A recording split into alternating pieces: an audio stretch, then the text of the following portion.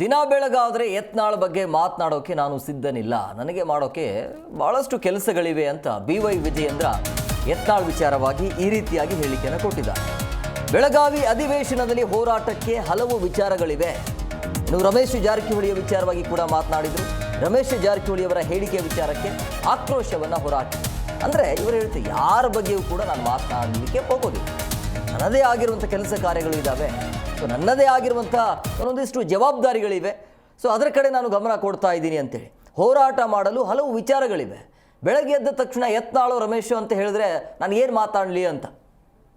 ಬೆಳಗಾವಿ ಅಧಿವೇಶನ ಆರಂಭ ಆಗುತ್ತೆ, ಅಲ್ಲಿ ಏನು ಮಾಡಬೇಕು ಅದರ ಕಡೆ ನಾವು ಗಮನ ಕೊಡ್ತೀವಿ ಅಂತೇಳಿ ಸದ್ಯಕ್ಕೆ ಅವ್ರ ಬಗ್ಗೆ ನಾನು ಏನು ಮಾತನಾಡಲಿಕ್ಕೆ ಹೋಗೋದಿಲ್ಲ ಅಂತ ಹೇಳಿಕೆಯನ್ನು ಕೊಟ್ಟಿದ್ದಾರೆ. ಪ್ರಮುಖವಾಗಿ ಬಳ್ಳಾರಿಯ ವಿಚಾರವಾಗಿ ಮಾತನಾಡಿದರು. ಅಂದರೆ ಈ ಬಾಣಂತಿಯರ ಸಾವಿನ ಪ್ರಕರಣ, ರೈತರ ಬೆಳೆ ಸಮಸ್ಯೆಗಳ ಬಗ್ಗೆ ಧ್ವನಿ ಎತ್ತಬೇಕಾಗಿದೆ, ಅದು ಅಧಿವೇಶನದಲ್ಲಿ ಅದರ ಬಗ್ಗೆ ನಾವು ಮಾತನಾಡ್ತೀವಿ ಅಂತ ಹೇಳಿದರು.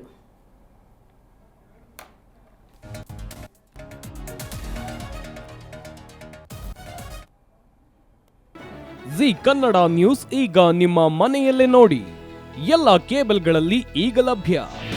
ನಿಮ್ಮ ನೆಚ್ಚಿನ ಜಿ ಕನ್ನಡ ನ್ಯೂಸ್ ಈಗ ಸನ್ ಡೈರೆಕ್ಟ್ ನಲ್ಲಿ number 292, Tata play number 1664, Jio TV number 1334, NXT digital number 30, in cable number 30, city networks 51, U digital number 162, GTPL number 17, Rockline telecommunications number 42, Shri Basaveshwara cable number 168, rural cable network 60, Vinayaka digital 57, Abhishek cable 821, city channel 53, Siddeshwara cable network 57, V4 digital Infotech 628, Surya digital networks 53, Gajanan digital number 836, Malnad Infotech Private Limited number